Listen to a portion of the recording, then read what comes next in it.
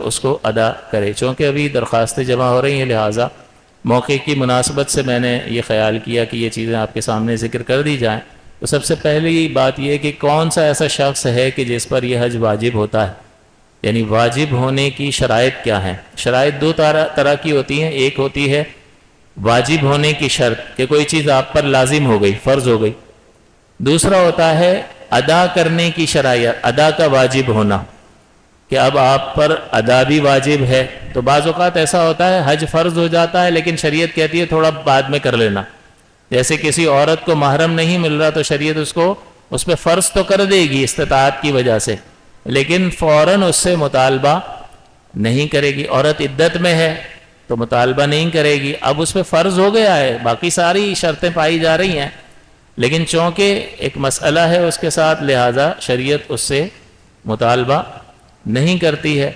تو ایک ہے نفس وجوب، چیز کا واجب ہو جانا، لازم ہو جانا، اور ایک ہوتا ہے وجوب ادا کہ ادائیگی کا شریعت کی طرف سے مطالبہ ہونا۔ ایک آدمی بالکل ٹھیک ٹھاک ہے، استطاعت بھی ہے، واجب بھی ہو جائے گا اور شریعت کہے گی فوراً کرو، تو ہم کہیں گے کہ نفس وجوب بھی پیدا ہو گیا اور وجوب ادا بھی پیدا ہو گیا کہ اس پر چیز لازم بھی ہو گئے اور شریعت فوراً مطالبہ بھی کر رہی ہے کہ ابھی کے ابھی جاؤ۔ تو یہ فرق ہوتا ہے تھوڑا۔ تو جو شرائط واجب ہونے کی شرائط ہے اس میں سب سے پہلے اسلام ہے۔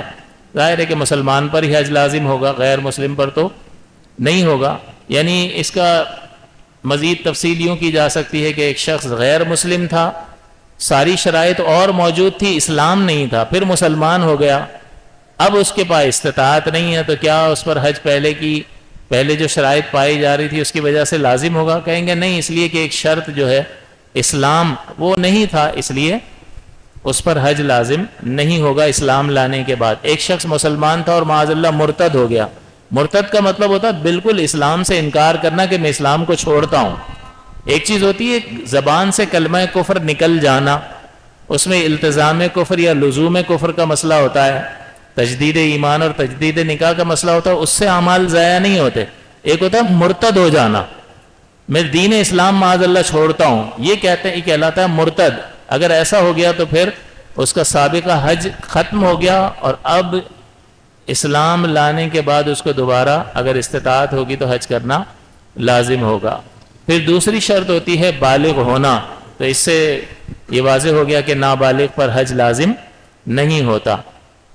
ہاں یہ ہو سکتا ہے کہ ایک نابالغ حج کے لیے گیا، اس نے حج کا احرام کی نیت کر لی اور پھر وہ وقوف عرفہ سے پہلے بالغ ہو گیا، تو سوال یہ پیدا ہوتا ہے کیا اب یہ فرض حج کر سکتا ہے؟ تو بالکل کر سکتا ہے، یہ والا احرام ختم کر دے اور نئے احرام کی حج کے احرام کی نیت کر لے اور وقوف عرفہ کر لے گا تو اس کا فرض حج ادا ہو جائے گا۔ اور یہ صورتحال پیش آ سکتی ہے کہ نابالغ بچے والدین کے ساتھ جا رہے ہوتے ہیں اور دوران سفر ہو جاتا ہے، وہاں پہنچ کر ہو جاتا ہے، حالت احرام میں بچہ بالغ ہو جاتا ہے، تو پھر یا بچی کو حیض آ گیا تو وہ بالغہ ہو گئی اور پھر وہ اگر یہ کرنا چاہے تو فرض حج اس کا ادا ہو سکتا ہے۔ پھر اس میں عقل ضروری ہے۔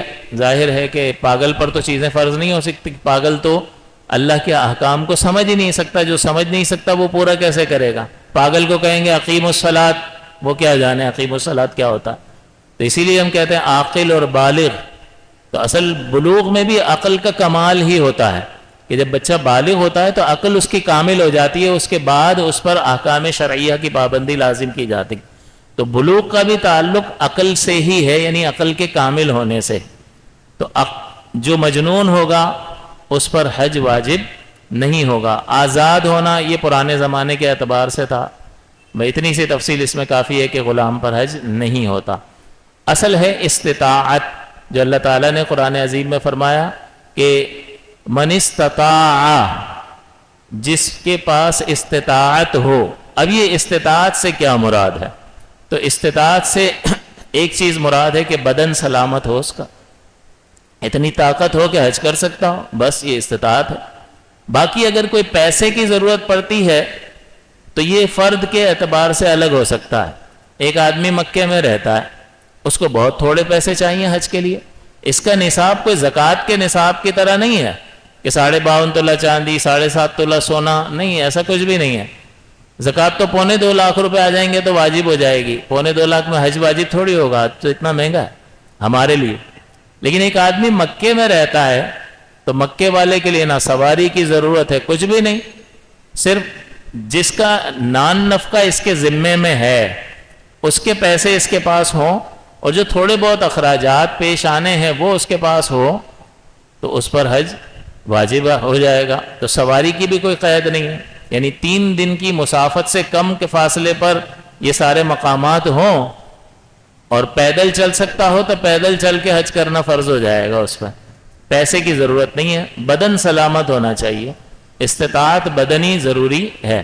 جدہ میں کوئی رہتا ہو 84 کلومیٹر ہے تو 92 کلومیٹر تو نہیں ہے, تو مدت مسافت پر نہیں ہے, تو اس کو تو سواری کی بھی ضرورت نہیں ہے, اس پہ جلدی حج واجب ہو جائے گا, فرض ہو جائے گا. اور جو یہاں دور رہتا ہے اس میں استطاعت کے 2 پہلو ہیں. ایک تو بدن سلامت ہو. بدن سلامت ہونے کا مطلب کیا ہے کہ اپاہج نہ ہو, فالج زدہ نہ ہو, بہت ہی بوڑھا نہ ہو کہ سواری پر سوار بھی نہیں ہو سکتا, اس کو ایک آدھ آدمی سنبھالنے والا چاہیے تب کہیں جا کر, یا وہ نابینا ہے تو یہ ہم کہیں گے اس کو بدنی استطاعت نہیں ہے, لہٰذا ایسے شخص پہ حج فرض نہیں ہوگا. اور دوسرا یہ کہ اتنا مال ہو کہ حج کے اخراجات برداشت کر سکے.